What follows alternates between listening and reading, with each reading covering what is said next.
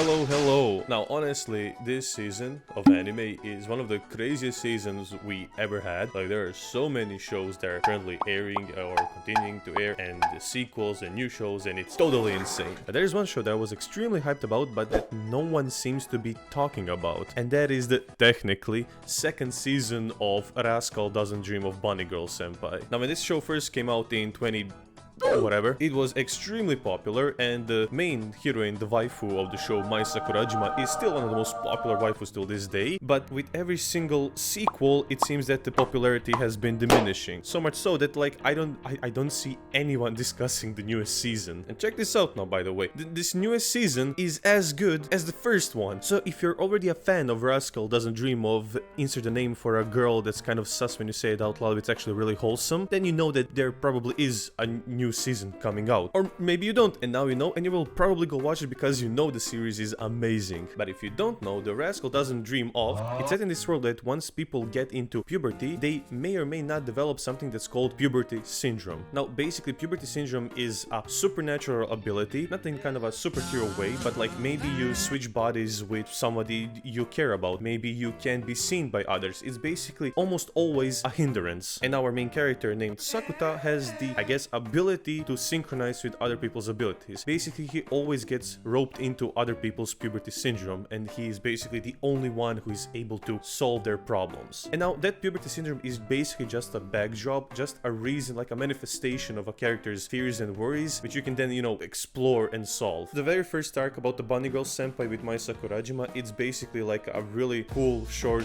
romance movie, and their romance does extend throughout the whole series, and there is like a overarching plot, and some characters get introduced earlier and get puberty syndromes later. Some puberty syndromes get introduced earlier but get solved way later. And it's a really nice story with these like reoccurring characters, which, by the way, the characters are super fun, super funny. Like when the Bunny Girl Senpai first season came out, the I guess dynamic between Sakuta and the girls, especially Mai Sakurajima, it was emulated so much that every single romance anime tried to do that kind of writing, but most of them didn't succeed. Some of them did. And yeah, this latest season started, and it's just as good as previous season and movies. We'll get to that because I think that's where the complications started. And if this concept does seem interesting to you, I plead you to give it a try because it's a really good series with some really insane emotions and, I guess, character developments and just stuff happening. But now we come to the problem for which I think is the reason why people are not watching this newest season, and that's because the first season is called Rascal Doesn't Dream of Bunny Girl Senpai, but then there were 3 movies which are all canonical. You have to watch movie 1, 2, 3 to get the full story, and then this later season comes at the end of those. That's always a bit complicated because in Japan people can go see these movies in theaters, but a lot of times, like, these kind of, I guess, smaller movies don't really get marketed as much, so when they do come out on the Western front, they don't get as much recognition because people just don't know they exist. So the full chronological order is like this.